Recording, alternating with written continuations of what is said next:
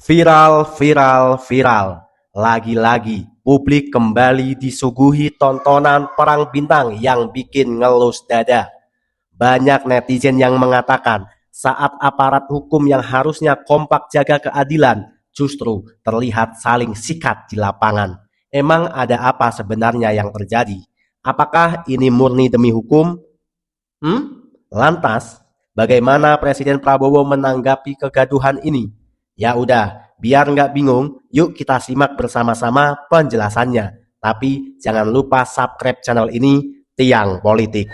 Kami berharap betul dari TPPU yang upaya kami memiskinkan koruptor, ya termasuk Jaro Prikat ini, membuat ada 1-2 dari keluarga mereka, mudah-mudahan bisa kita tarik keterangannya, bisa kita membuat terang.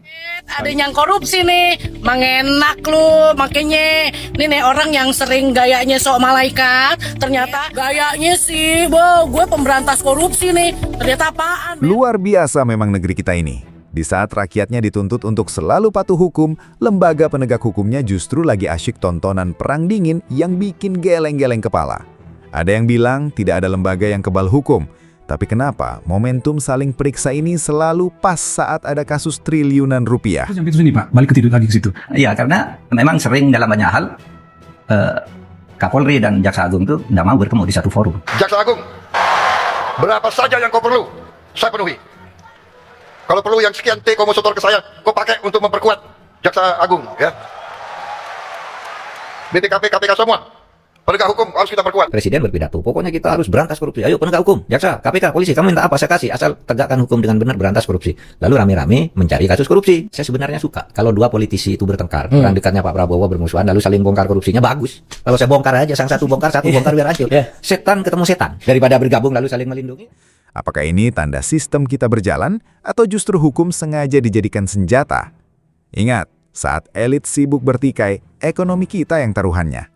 Sebelum kita bahas kenapa Presiden sampai harus turun tangan, coba jujur di komentar. Kalian masih percaya nggak sama kekompakan penegak hukum kita hari ini? Seluruh aparat harus memperbaiki diri, harus membersihkan diri. Momentum ini saya tegaskan kembali bahwa saya akan memberikan sanksi bagi siapapun yang melakukan pelanggaran atau yang mengkhianati amanah yang telah dipercayakan kepada saudara. Saya akan menggunakan tangan besi untuk menindak jika di antara kalian main-main dalam penegakan hukum dan penanganan perkara. Siapapun di kalian, saya tidak akan takut untuk melakukan penindakan. Nah, sebelum kita bongkar babak pertama, yuk kita bersatu di kolom komentar. Tolong ketik dari mana asal kota atau daerah kalian sekarang. Kita tunjukkan bahwa rakyat kecil dari Sabang sampai Merauke sedang mengawasi jalannya hukum di negara ini. Gerakan melawan mafia anggaran dan oknum pejabat korup itu nggak selalu harus turun ke jalan, tapi bisa dimulai dari jempol kita. Dengan cara apa? Klik tombol like, subscribe, dan bagikan video ini seluas-luasnya. Semakin banyak video ini dibagikan, semakin besar gaung suara kita, dan semakin gentar mereka yang mencoba memanipulasi hukum demi kepentingan perut sendiri. Pastikan kalian simak pembahasan ini sampai akhir ya, jangan dipotong-potong, biar kita sama-sama jadi masyarakat yang cerdas, paham hukum, dan gak mudah diadu domba. Oke, mari kita masuk ke pembahasan pertama. Wah. Teman-teman, saat ini jagat penegakan hukum Indonesia sedang diguncang perkara besar. Sebuah narasi ironis kini menggelinding liar di tengah masyarakat. Narasi itu adalah memberantas korupsi sambil korupsi. Gimana teman-teman? Coba tulis opini tajam kalian di kolom komentar. Halo teman-teman, akhir-akhir ini layar kaca dan media sosial kita disuguhi tontonan yang lebih seru dari serial drama manapun. Kita melihat bagaimana lembaga-lembaga yang seharusnya kompak memberantas kejahatan justru terlihat saling intip, saling periksa, bahkan ada insiden kuntit-menguntit di lapangan. Fenomena ini populer disebut sebagai perang bintang. Luar biasa memang. Kita sebagai rakyat kecil tentu sangat terharu melihat betapa rajinnya para penegak hukum kita saat ini. Saking rajinnya, mereka bukan cuma mengawasi para koruptor, tapi sampai rela lembur untuk saling mengawasi seragam yang berbeda warna. Kita jadi bingung, ini sedang murni menegakkan keadilan atau sedang rebutan panggung siapa yang paling jagoan? Kalau kita bicara jujur dengan bahasa yang sederhana, situasi di tingkat elit ini sebenarnya menggambarkan adanya ego sektoral yang sangat besar. Bayangkan sebuah tim sepak bola yang seharusnya bekerja sama untuk mencetak gol ke gawang lawan, yaitu para mafia dan koruptor. Tetapi para pemainnya malah sibuk saling jegal dan rebutan bola di dalam area tim sendiri. Penonton di stadion, yaitu kita sebagai rakyat kecil, tentu hanya bisa melongo dan merasa cemas. Mengapa hal ini bisa terjadi? Di era modern seperti sekarang, pola kejahatan ekonomi atau korupsi itu sudah tidak lagi konvensional.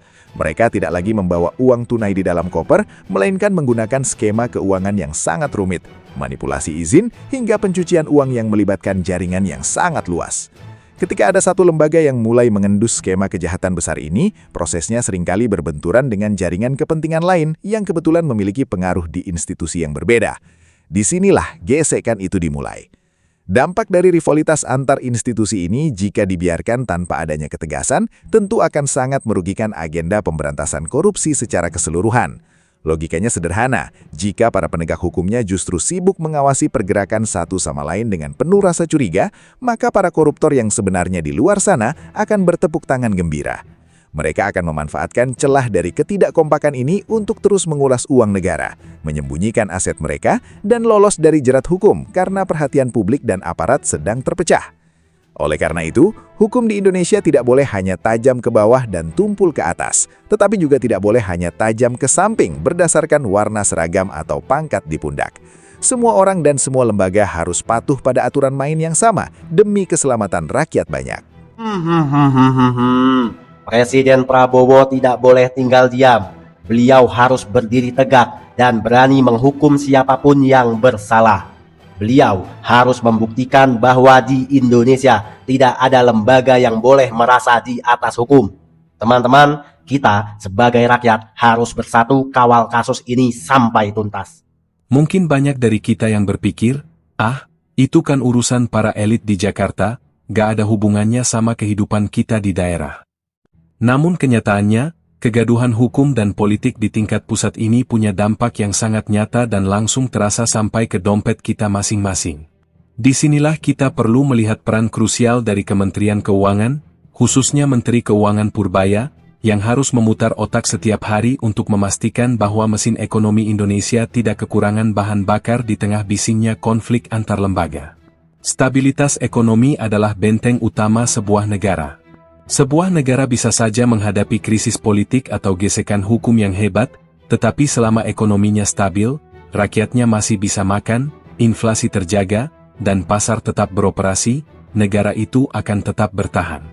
Sebaliknya, sejarah dunia mencatat banyak negara hancur bukan karena invasi militer, melainkan karena inflasi yang tak terkendali dan kolapsnya sistem keuangan akibat ketidakpastian hukum yang berlarut-larut.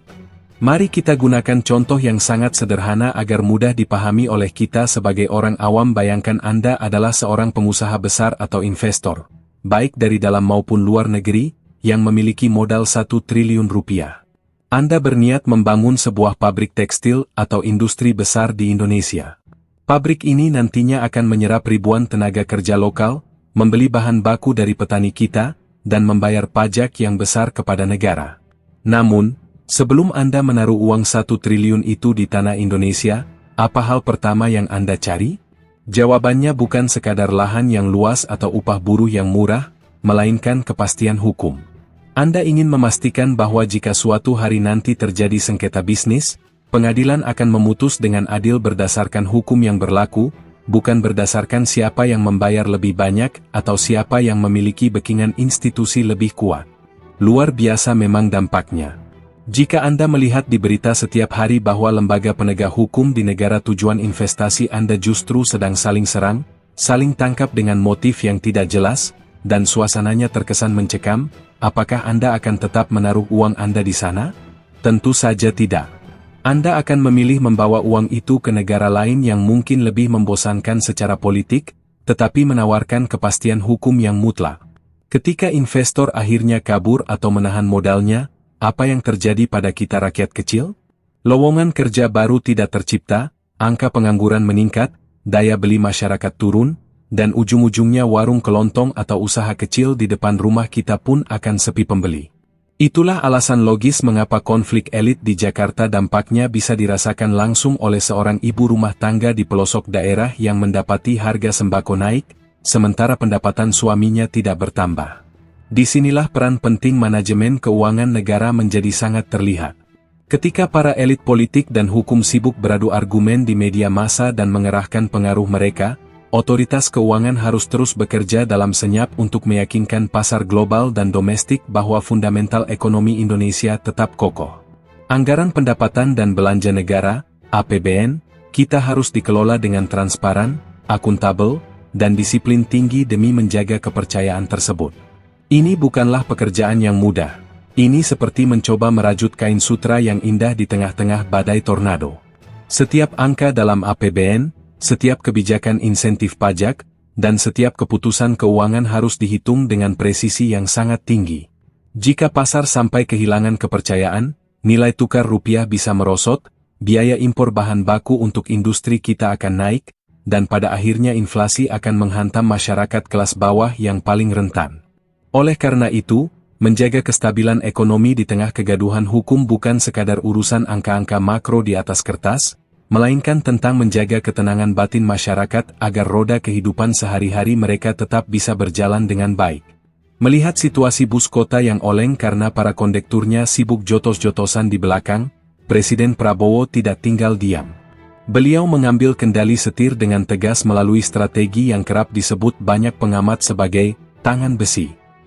Di sini kita harus paham bahwa ketegasan seorang kepala negara dalam situasi krisis bukanlah sebuah opsi atau sekadar kosmetik politik untuk pencitraan, melainkan sebuah kebutuhan yang absolut. Ketika institusi yang seharusnya menjadi pelindung hukum justru terlihat seperti sedang bertikai sendiri, maka di sanalah hukum tertinggi, yaitu keselamatan rakyat dan kewibawaan negara, harus mengambil alih kendali secara penuh. Pesan yang dikirimkan dari istana sangat jelas dan kuat. Tidak ada satupun lembaga atau individu di negara ini, tidak peduli seberapa tinggi pangkatnya atau apa warna seragamnya, yang boleh merasa kebal hukum atau bertindak seolah-olah mereka adalah kerajaan kecil yang berdaulat sendiri di dalam sebuah negara. Di era digital seperti sekarang, tensi panas yang terjadi di tingkat elit ini seringkali digoreng habis-habisan di media sosial. Kita sering melihat video pendek berdurasi 10 detik yang memperlihatkan truk militer lewat di depan gedung publik, lalu dipotong, diberi musik latar yang super dramatis, dan disebarkan dengan narasi seolah-olah Jakarta sedang mencekam atau sedang terjadi pengepungan. Kreativitas pembuat kontennya memang patut diacungi jempol untuk urusan mencari penonton, tetapi sayangnya, penyebaran informasi yang tidak akurat dan hiperbolis seperti itu sangat berbahaya bagi stabilitas nasional. Hal tersebut bisa menciptakan kepanikan massal yang tidak perlu, merusak psikologi pasar, membuat para pelaku ekonomi takut untuk bergerak, dan memberikan amunisi bagi pihak-pihak luar yang ingin melihat Indonesia tidak stabil secara politik maupun ekonomi. Berdasarkan fakta resmi yang ada, pergerakan personel atau peningkatan pengamanan di beberapa titik strategis itu murni bagian dari prosedur standar pengamanan objek vital nasional, bukan sebuah mobilisasi pasukan untuk melakukan konfrontasi fisik. Oleh karena itu, verifikasi informasi menjadi benteng pertahanan digital kita yang paling utama sebagai warga negara yang cerdas. Harapan masyarakat terhadap penegakan hukum yang profesional ke depannya tentu sangatlah tinggi. Kita semua sudah lelah dengan drama-drama penangkapan yang bombastis di media massa tetapi berakhir antiklimaks di meja pengadilan, atau kasus-kasus besar yang menguap begitu saja setelah terjadi kesepakatan politik di bawah meja. Reformasi kelembagaan yang kita butuhkan saat ini bukan sekadar mengubah struktur organisasi, seremonial tanda tangan di atas kertas nota kesepahaman, atau menaikkan tunjangan kinerja secara berkala. Yang paling mendesak untuk diubah adalah kultur dan mentalitas para anggotanya. Kita membutuhkan aparat penegak hukum yang tidak lagi berpikir dengan mentalitas pemburu yang mencari-cari kesalahan pihak lain demi kepentingan posisi, kelompok, atau faksi tertentu. Kita membutuhkan sistem hukum yang bekerja murni berdasarkan alat bukti yang solid, metode investigasi ilmiah, dan penghormatan penuh terhadap hak asasi manusia serta proses hukum yang adil. Pada akhirnya, kesimpulan besar yang bisa kita ambil dari seluruh rangkaian peristiwa yang menguras energi bangsa ini, adalah bahwa Indonesia saat ini sedang berada dalam fase pendewasaan demokrasi yang sangat krusial. Gesekan dan dinamika yang terjadi di antara penegak hukum bukanlah tanda bahwa negara kita sedang runtuh, melainkan sebuah alarm pengingat yang keras bahwa kita harus segera melakukan pembenahan tata kelola dan mempertegas batas-batas kewenangan lembaga negara. Di tengah situasi yang panas ini, Keberadaan kepemimpinan yang kuat dan tegas dari tingkat pusat adalah jangkar yang menjaga agar kapal besar Republik ini tidak hanyut terbawa arus kepentingan kelompok. Kita sebagai masyarakat tidak boleh menjadi penonton yang pasif atau mudah diprovokasi oleh narasi yang memecah belah. Kita harus menjadi publik yang kritis, yang selalu mendukung setiap langkah pemberantasan korupsi yang murni dan profesional, tetapi di saat yang sama juga menghargai proses hukum yang berlaku demi masa depan ekonomi dan keadilan yang merata di tanah air. Sebagai rakyat kecil yang setiap hari harus memeras keringat demi menyambung hidup, harapan kami sebenarnya sangat sederhana. Kami tidak muluk-muluk meminta kemewahan. Kami hanya ingin hidup di sebuah negara di mana keadilan bisa ditegakkan tanpa pandang bulu, di mana uang pajak yang kami bayarkan dengan jujur kembali dalam bentuk fasilitas publik yang layak, sekolah yang terjangkau bagi anak-anak kami, serta jaminan kesehatan yang manusiawi. Di tengah riuh rendahnya berita tentang perang bintang dan gesekan antar lembaga penegak hukum yang mementingkan ego sektoral, hati kecil kami seringkali bertanya-tanya, apakah masih ada ruang bagi kejujuran di negeri ini? Apakah masih ada pejabat yang benar-benar bersih dan tulus memikirkan nasib rakyat di pelosok daerah? Jawabannya adalah kami harus tetap percaya. Kami memilih untuk menolak kalah oleh rasa pesimis. Kami percaya bahwa di balik dinding-dinding kokoh gedung pemerintahan di Jakarta, di balik meja-meja kerja yang penuh tumpukan berkas di berbagai daerah, masih ada pejabat-pejabat yang memiliki hati nurani. Masih ada polisi, jaksa, hakim, dan pegawai pemerintahan yang ketika berangkat kerja berniat murni untuk mengabdi, bukan untuk memperkaya diri.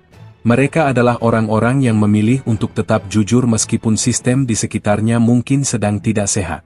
Kepada mereka yang bersih inilah, kami menyandarkan harapan besar bangsa ini.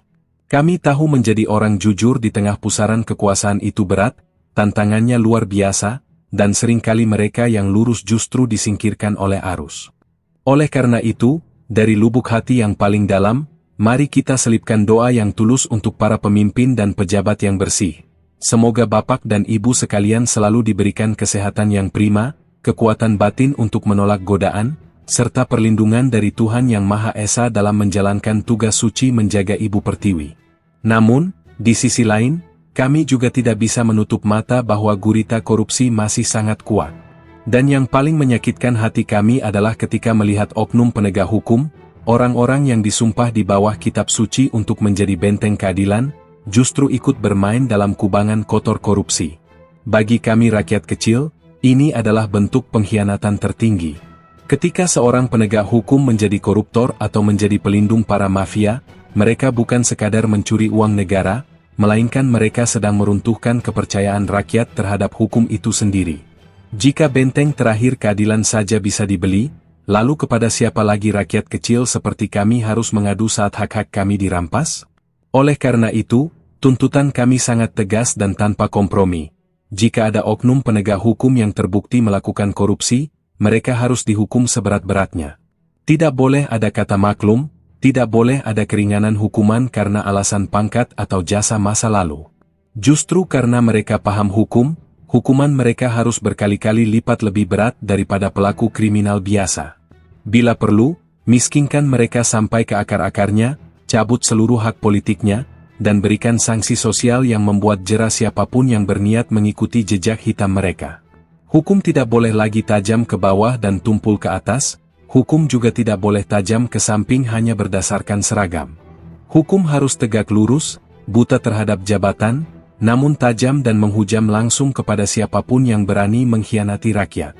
Maka dari itu, untuk seluruh masyarakat Indonesia dimanapun kalian berada, dari Sabang sampai Merauke, mari kita tetap kompak dan bersatu. Jangan sampai kita mau diadu domba oleh narasi-narasi elit yang sengaja dibuat untuk memecah belah fokus kita. Persatuan kita sebagai rakyat kecil adalah modal sosial terbesar yang dimiliki bangsa ini. Suara kita mungkin terdengar lirih jika diteriakkan sendirian, tetapi jika kita bersatu, suara digital kita melalui tombol like, share, dan komentar kritis di media sosial akan menjelma menjadi gelombang tekanan publik yang tidak akan bisa diabaikan oleh para penguasa.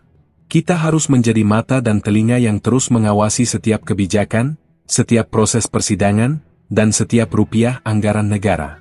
Salah satu agenda besar yang harus kita kawal bersama-sama tanpa lelah adalah mendesak pemerintah dan parlemen untuk segera mengesahkan undang-undang perampasan aset. Ini adalah senjata pamungkas yang paling ditakuti oleh para koruptor dan mafia anggaran. Selama ini, hukuman penjara saja ternyata tidak membuat mereka jera. Mereka masih bisa tersenyum di depan kamera, bahkan mungkin masih bisa mengendalikan bisnis haramnya dari dalam sel yang mewah. Mengapa? Karena harta hasil jarahan mereka masih aman tersimpan atas nama keluarga atau disembunyikan dalam aset kripto dan rekening luar negeri. Dengan disahkannya undang-undang perampasan aset, negara akan memiliki otoritas penuh untuk langsung menyita dan mengambil alih seluruh harta benda yang tidak bisa dibuktikan asal-usulnya secara sah, bahkan sebelum ada putusan pengadilan yang inkrah. Kita miskinkan mereka sehabis-habisnya.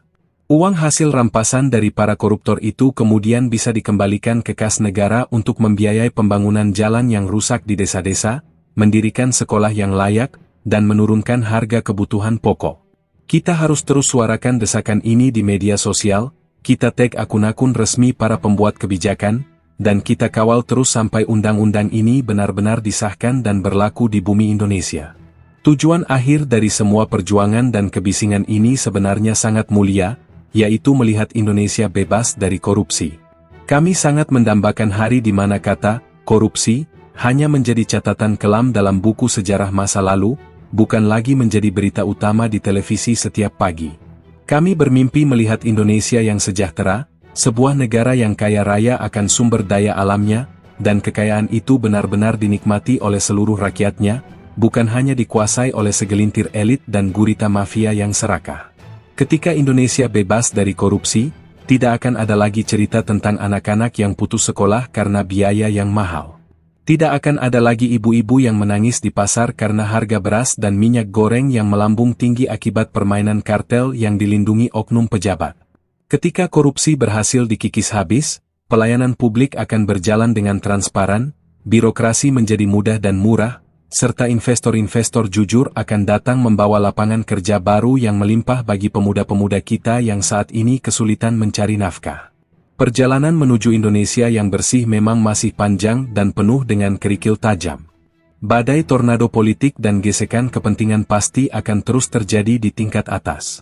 Namun, selama Presiden Prabowo tetap konsisten dengan strategi tangan besi-nya untuk menertibkan aparat, selama Kementerian Keuangan di bawah Purbaya tetap disiplin menjaga benteng fiskal kita, dan yang paling penting, selama kita sebagai rakyat tetap kompak bersatu mengawal jalannya pemerintahan dengan kritis, maka harapan untuk melihat Indonesia maju, adil, makmur, dan bebas korupsi bukanlah sebuah kemustahilan. Mari kita jaga optimisme ini. Mari kita jaga persatuan digital ini. Jangan biarkan jempol kita berhenti menyuarakan kebenaran. Kawal terus hukum kita, dukung pejabat yang bersih, sikat habis para koruptor, demi masa depan anak cucu kita, dan demi kejayaan Negara Kesatuan Republik Indonesia.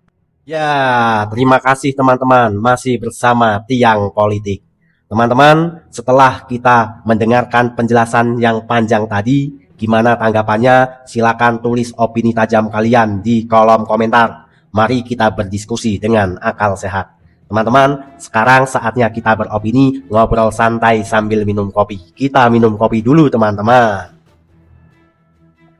Enak sekali. Teman-teman, banyak netizen yang mengatakan saat ini ada fenomena perang bintang atau gesekan antar lembaga penegak hukum yang dibahas tadi di penjelasan tadi teman-teman. Ini teman-teman menunjukkan sebuah ironi yang sangat mengkhawatirkan. Lembaga-lembaga yang seharusnya bekerja sama untuk memberantas korupsi dan menegakkan keadilan justru terlihat saling bersaing dan mengutamakan ego kelompoknya masing-masing. Tapi teman-teman, ini tidak boleh dibiarkan.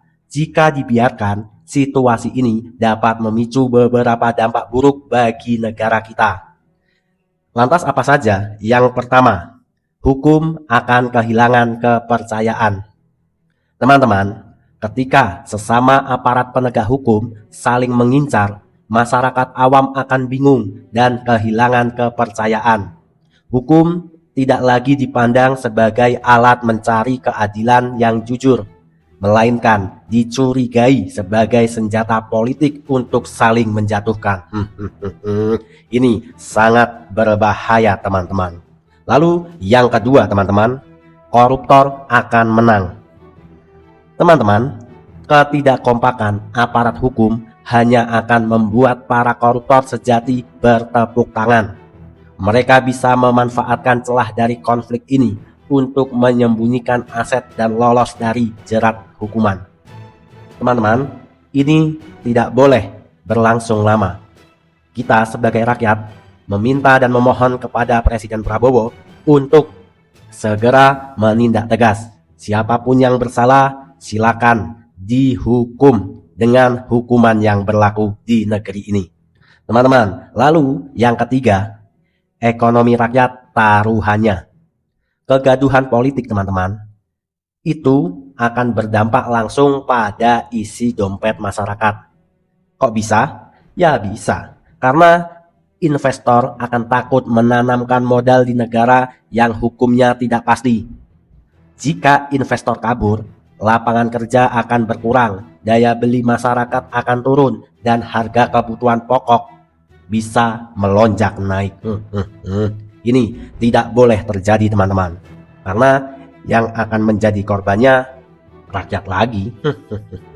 Teman-teman, di tengah situasi yang panas ini, langkah tegas Presiden Prabowo yang menegaskan bahwa tidak ada lembaga yang kebal hukum adalah jangkar penentu yang sangat tepat.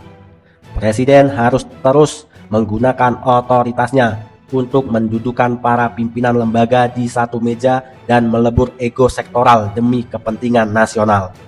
Di sisi lain, kinerja Kementerian Keuangan dalam menjaga stabilitas ekonomi dan meyakinkan pasar global juga patut didukung.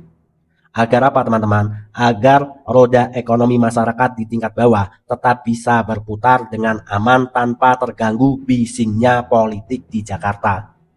Teman-teman, negara ini dibentuk untuk melayani rakyat, bukan untuk melayani kepentingan seragam atau baret tertentu. Reformasi yang mendesak saat ini bukan lagi sekedar mengubah struktur organisasi, melainkan mengubah mentalitas aparatnya. Kita membutuhkan penegak hukum yang bekerja dalam senyap, berdasarkan bukti-bukti ilmiah yang solid, bukan yang gemar membuat drama bombastis di media massa demi kepentingan kelompoknya. Sebagai warga negara, kita harus tetap kritis, tidak boleh mudah terprovokasi oleh hoak-hoak di media sosial. Dan kita sebagai rakyat harus selalu menuntut agar keadilan ditegakkan secara transparan. Teman-teman, mari kita berdewasa. Kita turunkan ego. Walaupun kita beda pandangan politik, walaupun kita beda pilihan, tapi kita tetap saudara, teman-teman. Kita tetap pemilik asli negeri ini. Kita harus menjaganya. Jangan sampai kekayaan alam kita dicuri terus-menerus oleh pihak-pihak yang tidak bertanggung jawab. Teman-teman, mari kita bersatu, kita bergandengan tangan. Tidak perlu mencaci maki, tidak perlu bergaduh. Sudah tidak zaman lagi hal-hal seperti itu. Sekarang, rakyat yang baik adalah rakyat yang tenang, yang mengkritik pemerintah jika salah, tapi tidak malu memberikan apresiasi jika pemerintah berhasil melakukan sesuatu. Teman-teman, jangan lupa dukung channel ini, Tiang Politik, karena channel ini saya buat untuk tempat kita bersuara sebagai warga sipil biasa, sebagai rakyat kecil.